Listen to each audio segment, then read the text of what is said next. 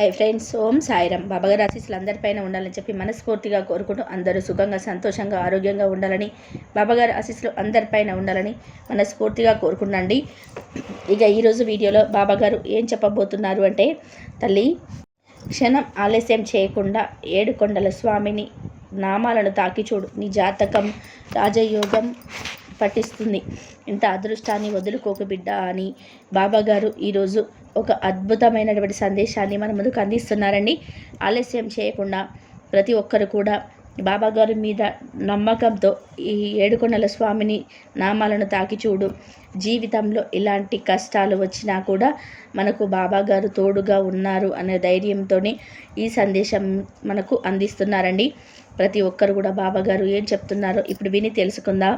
ప్రతిరోజు బాబాగారు చెప్పే ఈ సందేశాలు మనం వింటున్నాం. బాబాగారు ఏం చెప్పినా కూడా దానిని ప్రయత్నం చేస్తున్నాం.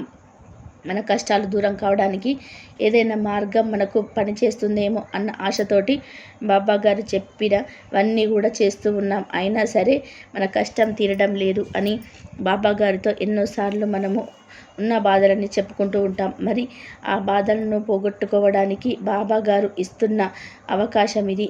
ఈరోజు బాబాగారి మీద నమ్మకంతో ఆ ఏడుకొండల స్వామి నామాలను తాకి చూడతాం. నీ జీవితంలో గొప్ప మార్పు రాబోతుంది. మీ సమస్యలన్నీ కూడా చెప్పుకుంటే మీకున్న బాధలన్నీ తొలగిపోతాయి.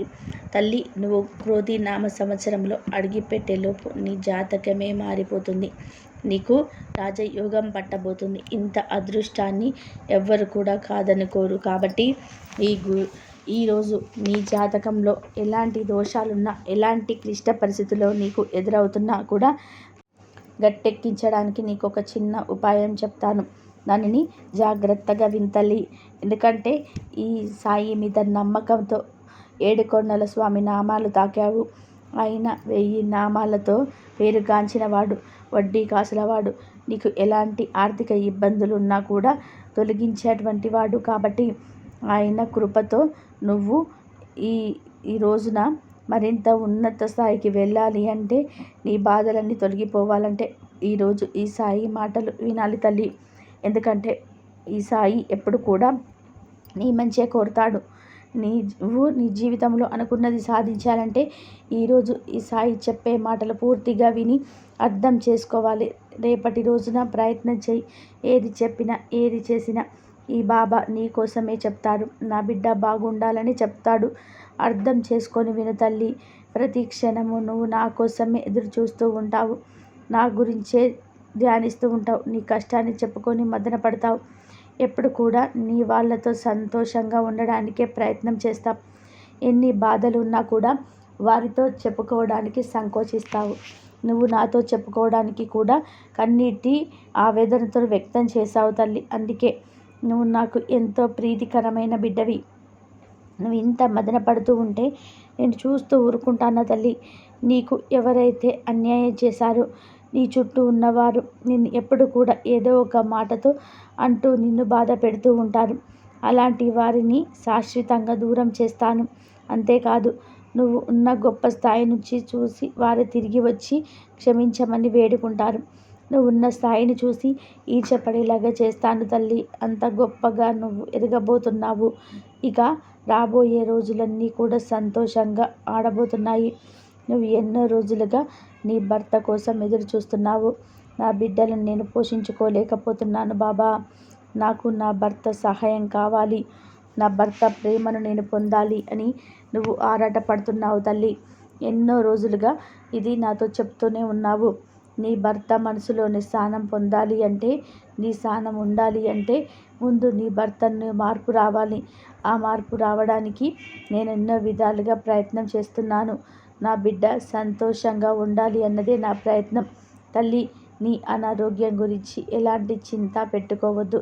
ఎందుకంటే నీకు నీ పక్కనే ఈ సాయి ఉన్నాడు. నీకు ఊది సహాయంతో నీకున్న జబ్బు కుదుట పడుతుంది. అప్పుడు నువ్వు ఆరోగ్యంగా ఉండే జీవిస్తావు. ఈ సాయిని నిత్యం జపిస్తూ ఉండు. సాయి నామాన్ని ఎప్పుడు కూడా ఉచ్చరిస్తూ ఉండు. ఎలాంటి కష్టం వచ్చినా కూడా చెడు మాటలు పలకకుండా సాయిని తలుచుకో. ఆ క్షణం నువ్వు పడుతున్న బాధల్ని దూరం చేస్తాను. ఈ సాయి ఈ సాయి మీద నీకు నమ్మకం ఉంది కాబట్టి నీకు నీ మాటలని చెప్తున్నాను.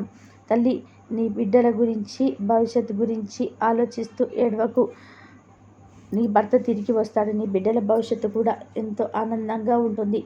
వారు ఉన్నత స్థాయిలో ఉండడానికి ఈ సాయి తప్పకుండా సహాయం చేస్తాడు.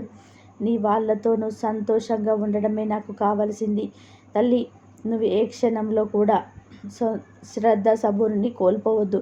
సహనంతో అన్నీ నువ్వు అనుభవిస్తేనే రాబోయే రోజులన్నీ కూడా సంతోషంగా మారుతాయి.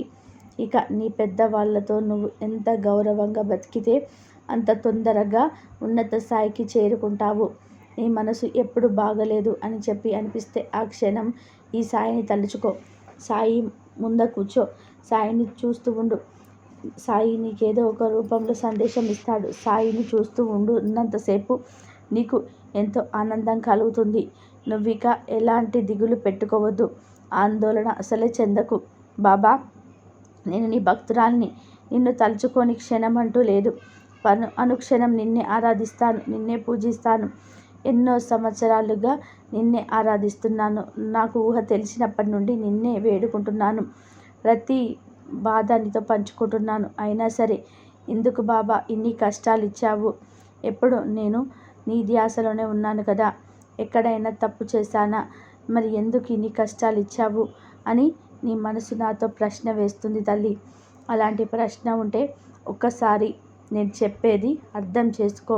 ఈ జన్మలో నువ్వు అంతా నిజాయితీగా, న్యాయంగా, ధర్మాన్ని అంటిపెట్టుకొని నువ్వు బ్రతుకుతూ ఉంటే ఖచ్చితంగా నువ్వు ఎప్పుడు చేసుకున్న కర్మను అయితే ఇప్పుడు అనుభవిస్తున్నావు అని అర్థం. ఎందుకంటే ఈ కర్మ అనేది నీ భౌతిక శరీరం చుట్టూ ఒక మాయలా తిరుగుతూ ఉంటుంది. ఎప్పుడైతే నువ్వు దానిని పూర్తిగా అనుభవిస్తావో వెంటనే అది నిన్ను విడిచి వెళ్ళిపోతుంది. అప్పుడు నీకు అన్ని సంతోషాలే కనిపిస్తాయి. నీ జీవితం ఎంతో సుఖంగా ఉంటుంది. బాబా, దుర్మార్గులకు ఎందుకు అంత సంతోషాన్ని, అంత వైభవమైన జీవితాన్ని ప్రసాదిస్తావు అని అడిగితే అది వారు చేసుకున్న కర్మ అనుసారంగా వారు అనుభవిస్తూ ఉంటారు.